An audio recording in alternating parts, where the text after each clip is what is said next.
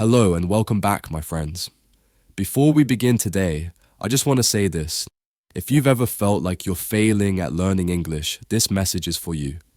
If you've ever walked out of a class feeling small, if you've ever tried to say something and felt embarrassed, if you've ever asked yourself, why am I still not good at this? You're not alone. You're human. And this Space Quick Fix English is made exactly for moments like this. Moments when it feels like you've tried and tried and tried and still made mistakes. Moments when you question your progress, when you compare yourself to others, when you think maybe this just isn't for you. I know those moments. I've seen them in many learners. And today, we're going to talk about them not to avoid failure, but to understand it, to meet it with kindness. Thank you for being here. Thank you for giving your heart to this journey. And thank you for being brave enough to keep going, even when it's hard. Now let me tell you about Min.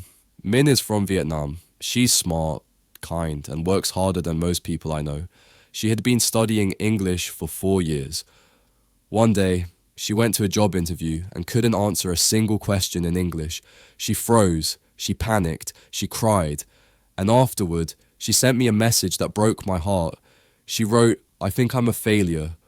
All those years, all that work, and when it mattered most, I couldn't say anything." Have you ever felt that? Because if you have, you know it hurts. It hurts to feel like you gave everything and still didn't make it. But here's what I told Min, and here's what I want to tell you. You didn't fail. You felt failure. Yes, but that doesn't make you a failure. Failing a test doesn't define you. Struggling in a conversation doesn't erase your effort. One bad moment doesn't cancel years of growth. Sometimes, the moments that feel like the end are just turning points. For Min, that interview wasn't the end. It was the moment she realized I've only practiced in safe spaces. Now I need real conversations. She joined a speaking club. She started voice journaling. She worked through the fear. And 1 year later, she had a new job with an English-speaking team. But more than that, she had a new story. One where failure didn't defeat her. It grew her. That's the power of failure when we choose to learn from it, not run from it. So today, wherever you are, whatever mistake or memory you carry, just know you are not the only one. And you are not broken. You are becoming. And that is beautiful. In the next part, we'll look closer at what failure really means and how to rewrite the story it tells in your mind. But for now, say this with me.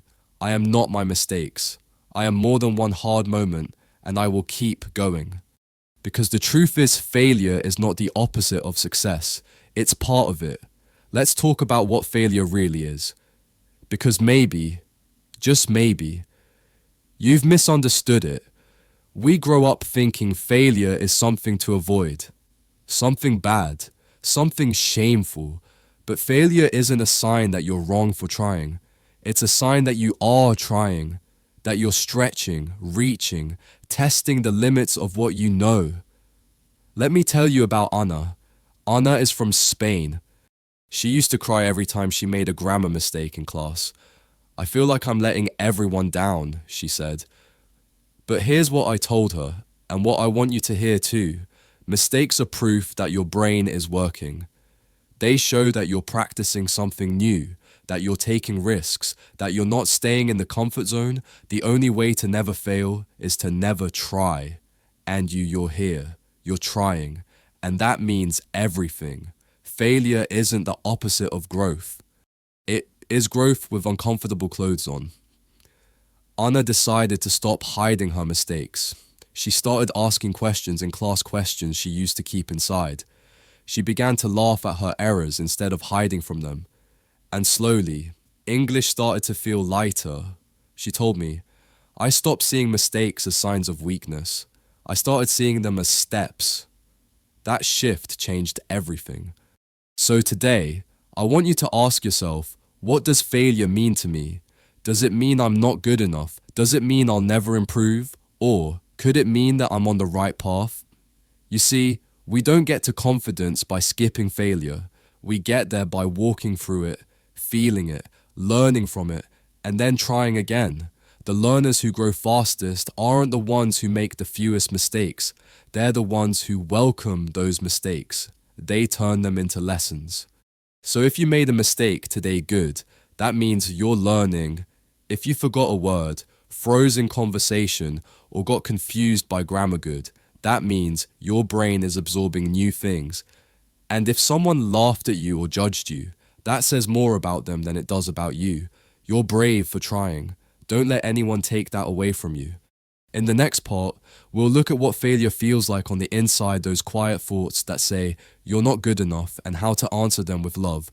But for now, repeat this truth with me. Failure doesn't mean I'm falling behind. It means I'm stepping forward. Let's talk about the voice in your head. You know the one I mean. The voice that says, you're not good at this. You'll never be fluent. Why do you even try? That voice can be loud, especially after a mistake. But here's something important you might not have heard before. That voice is not your enemy. It's your fear speaking. Fear wears many costumes. Sometimes it sounds angry, sometimes it sounds sad. But deep down, it's just afraid. Afraid of looking foolish, afraid of being judged, afraid of being left behind. Let me tell you about Kenji. Kenji is from Japan. He once told me, every time I open my mouth to speak English, I hear a voice saying, I'm not good enough. It wasn't his teacher, it wasn't his classmates, it was him. But he didn't know how to stop it. So we tried something simple but powerful. Every time that voice said, you're not good at English, Kenji would respond out loud, I'm learning. Not I'm perfect, not I'm the best, just I'm learning, because that's the truth. And truth is stronger than fear. Little by little, that voice lost power. He still heard it sometimes, but it didn't control him anymore. He started joining small group conversations. He even shared a story during a team meeting. He told me, I still get nervous, but I don't believe the voice anymore. That's what I want for you too. To hear that voice and speak back with kindness. Not to fight it, but to teach it. Here's how you can start. Next time you make a mistake, pause and say this to yourself, I made a mistake, but I'm still learning. I'm still worthy. It might feel strange at first, but kindness is a muscle. The more you use it, the stronger it gets. You don't have to silence the voice completely. You just have to stop letting it lead, because real strength isn't pretending you have no fear. It's choosing love in the presence of fear. In the next part, we'll talk about comparing yourself to others and how that can quietly turn success into suffering. But for now, say this with me, my mistakes don't define me. My self-talk will be gentle. I am learning, and that's enough. Let's talk about comparison. It sneaks in quietly, doesn't it? You see someone speaking fluently, effortlessly, and suddenly, your own voice feels small. You think, why am I still struggling? What's wrong with me? Will I ever get there? It's easy to believe that their success means you're failing, but that's not true. Their journey isn't your journey, and your journey, it's not behind. It's just different. Let me tell you about Rami. Rami is from Egypt. He joined an online English course and quickly felt discouraged. Everyone speaks so fast, he said. They use words I don't even know. He started skipping sessions, started thinking maybe English wasn't for him. So I asked him, what if their fluency has nothing to do with your worth? He paused, then said quietly, I've never thought of it that way. So we tried a new approach. Instead of comparing himself to others, I asked him to compare himself to his past self. He pulled out an old recording from a year ago, him trying to introduce himself in English. He listened and laughed, not because it was bad, but because he realized how far he'd come. I couldn't even finish a sentence back then. He said, now I can tell a story. And that's when something changed. He stopped looking sideways. He started looking back and smiling. So here's what I want you to do. Stop measuring your progress by someone else's finish line. Instead, ask, can I do something today I couldn't do 6 months ago? Am I more confident than I was a year ago? Do I keep showing up even when it's hard? If the answer is yes to even one of those, then you're doing just fine. Remember, Learning isn't a race. There's no finish line, no gold medal, no winner, just growth, yours. At your pace, in your time, and that kind of growth, it lasts. In the next part, we'll talk about the fear of disappointing others and how to stop carrying that invisible pressure on your shoulders. But for now, say this with me, I am on my own path, and it's okay if it looks different. I'm proud of how far I've come. Let's talk about pressure, not the pressure from exams or grammar books, the pressure you put on yourself because of others. Maybe your parents want you to succeed. Maybe your teacher has high expectations. Maybe your friends seem to improve faster, and deep down, you don't want to disappoint anyone. You think, what if I fail and they stop believing in me? What if they're ashamed? What if I'm just not good enough? That weight, it's heavy, and it's real. But let me ask you something. What if you're allowed to learn, just for you? What if your journey doesn't have to impress anyone, but simply matter to you? Let me tell you about Mariam. Mariam is from Morocco. Her father pushed her to study English so she could get a better job. She tried hard, she passed tests, but she felt exhausted. I'm not doing this for me, she said. I'm doing it so he'll be proud. I asked her, and what do you want? She didn't answer right away, because no one had asked her that before. Weeks later, she said something beautiful. I want to learn English so I can travel, so I can meet people, hear their stories. That's my reason. And once she reconnected with her own why, the pressure changed. She still wanted to make her father proud, but now she also wanted to make herself proud, and that changed everything. She studied with joy again, not fear. So I ask you now, who are you learning for? If the answer isn't myself, then it's time to shift that, because this journey is yours. You're the one waking up early. You're the one repeating the lessons. You're the one showing up even when it's hard. No one else walks your path, so no one else gets to measure your worth. If others are proud of you, beautiful, but if they're not, that doesn't mean you failed. It just means their picture of success is too small to hold your story, and your story is still being written.